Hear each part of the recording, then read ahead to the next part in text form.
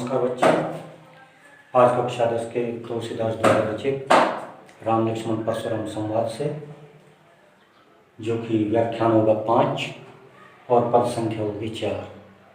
इससे पहले पद में आपने पढ़ा कि लक्ष्मण जी जो है परशुराम जी को जवाब देते हैं और परशुराम जी जो है अत्यधिक क्रोधित हो जाते हैं।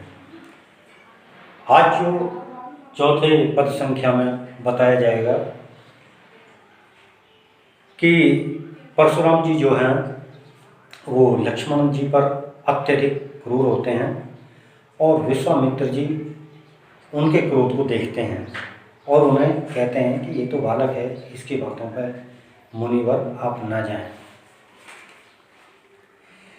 कौशिक सुनयु मंद येहु बालक, कुटिल काल बस निज कुल घालकु।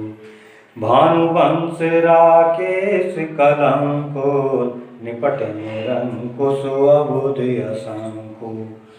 कालक बलु होई छन माही, कहो पुकार खोर मोहि नाहि। तुम हट कहु जो चेहु बारा, कहे प्रताप बल रोष हमारा। लखन कहे मुनि सुजस तुम्हारा, तुम्हें अछत को बरने पारा। अपने मुँह तुम्हें आपनी करनी, बारी अनेक भांत बहु बरनी। नहीं संतोष मुनि कछु कहो, जनर सिरो के दुसै दुख सहो। वीर व्रती तुम धीर अछोबा, गारी देते न पावो शोभा। सूर समर करनी करई, कहीं न जनावई आप। विद्यमान रन पाई रिपु, कायर कथई प्रताप। सियावर राम जय जय राम, अवधपति राम जय जय राम। तो इस पद का अर्थ इस प्रकार है कि जब विश्वामित्र जी परशुराम जी के क्रोध को देख लेते हैं और लक्ष्मण की उत्तेजनापूर्ण बातचीत सुनकर भी शांत रह जाते हैं, तब परशुराम जी बार बार विश्वामित्र जी के समक्ष लक्ष्मण को ढीठ और नासमझ बताकर उसे दंडित करने का व्याख्यान देते हैं और कहते हैं, परशुराम जी विश्वामित्र को लक्ष्मण की उद्दंडता बताते हुए कहते हैं कि हे विश्वामित्र, सुनो, यह बालक बड़ा कुबुद्धि और कुटिल है। काल के वश होकर यह अपने कुल की घातक बन रहा है। यानी कि ये जो बच्चा है ये अपने वश में रहकर बात नहीं कर रहा है, अतः ये अपने काल का खुद ही स्वयं ही ग्रास बन जाएगा। इसे गुरुवर विश्वामित्र जी या तो आप समझा लीजिए, वरना आज अनर्थ होने से कोई नहीं रोक पाएगा। यह सूर्यवंश रूपी पूर्ण चंद्र का कलंक है। यह बिल्कुल उद्दंड, मूर्ख और निडर है। अभी एक पल में यह काल का ग्रास बन जाएगा। मैं पुकार कर बता रहा हूं, फिर मुझे दोष मत देना। यदि तुम इसे जानना चाहते हो और इसे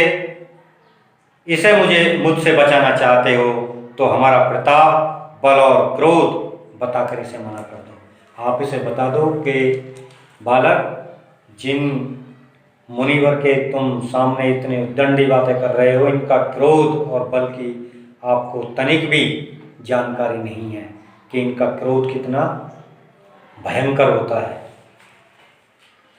लक्ष्मण जी ने कहा, हे मुनि, आपकी प्रशंसा सुयश आपके रहते दूसरा कौन वर्णन कर सकता है। अर्थात आपका जो बल है, आपकी जो कीर्ति है, वो आप स्वयं ही बखान कर रहे हैं। मैंने तो आपके बारे में कहीं और बखान होते नहीं सुना है। आपने अपने मुंह से अपने कार्यों की प्रशंसा अनेक बार विभिन्न प्रकार से की है। इतने में भी यदि आपको संतुष्टि नहीं होती तो कुछ और भी कह लीजिए। क्रोध को रोककर असहनीय दुख को मत सहन करो। आप वीरता का व्रत धारण करने वाले धैर्यवान क्षोभ रहित हैं। गाली देते हुए अच्छे नहीं लगते। जब लक्ष्मण जी बड़ी विनम्र बात कर रहे हैं कि आप इतने वीर पुरुष, गुरुवर, मुनिवर, और आप ये जो अपशब्दों का प्रयोग कर रहे हैं, ये आप जैसे मुनि को बिल्कुल भी शोभनीय नहीं लगता। अर्थात जैसे आप गुणों की खान हो, उसी तरीके से आपका व्यवहार भी होना चाहिए। जब लक्ष्मण जी इस बात को कहते हैं तो विश्वामित्र जी को और कांटे की तरह वो बातें चुभ जाती हैं। सूरवीर तो युद्ध में वीरतापूर्ण कार्य करके ही अपना परिचय देते हैं, कहकर अपने को नहीं बताते। युद्ध भूमि में अपने सामने शत्रु को देखकर कायर ही अच्छी प्रशंसा स्वयं करते हैं। जो वीर होता है वो युद्ध में अपने प्रताप का बल दिखाता है, लेकिन जो स्वयं अपने मुंह से प्रशंसा करता रहता है वह वीर पुरुष नहीं, वह कायर पुरुष कहलाता है। ऐसी बातें जब परशुराम के लिए लक्ष्मण जी कहते हैं तो और क्या कहा, अपनी प्रशंसा नहीं करते, शत्रु में युद्ध में उपस्थित पाकर ही कायर अपने यश को झूठी शान मारा करते हैं। अर्थात अपनी प्रशंसा कायर व्यक्ति ही क्या करते हैं। इसका सीधा सीधा संबंध जो है परशुराम जी की ऊपर आघात हो रहा था, और परशुराम जी इस बात को सुनकर विश्वामित्र की तरफ देखकर ये कहते हैं कि हे मुनिवर विश्वामित्र जी, आप इस अपने शिष्य लक्ष्मण को जो ये कटुतापूर्ण बातें कर रहा है इसको समझाइए और मेरे बल क्रोध के बारे में इसे बताइए। आखिर लक्ष्मण जी परशुराम जी के क्रोध से और उनके अपने मुनि उनकी प्रशंसा सुनकर यह सोचने को मजबूर हो जाता है कि ये कैसे वीर हैं जो कि युद्ध में न होकर के एक आम सभा में अपनी वीरता का बखान करते हैं, और वो ये कह देते हैं कि अगर आप वीर हैं तो युद्ध में आ जाइए और अपनी वीरता का परचम लहराइए। तो बच्चों, आज आपने पद संख्या 4 का अर्थ सुना। आप जो इसको कंठस्थ करेंगे, याद करेंगे।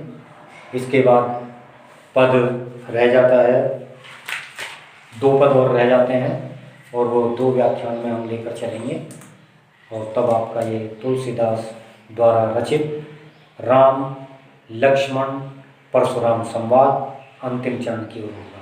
तब तक के लिए धन्यवाद, नमस्कार।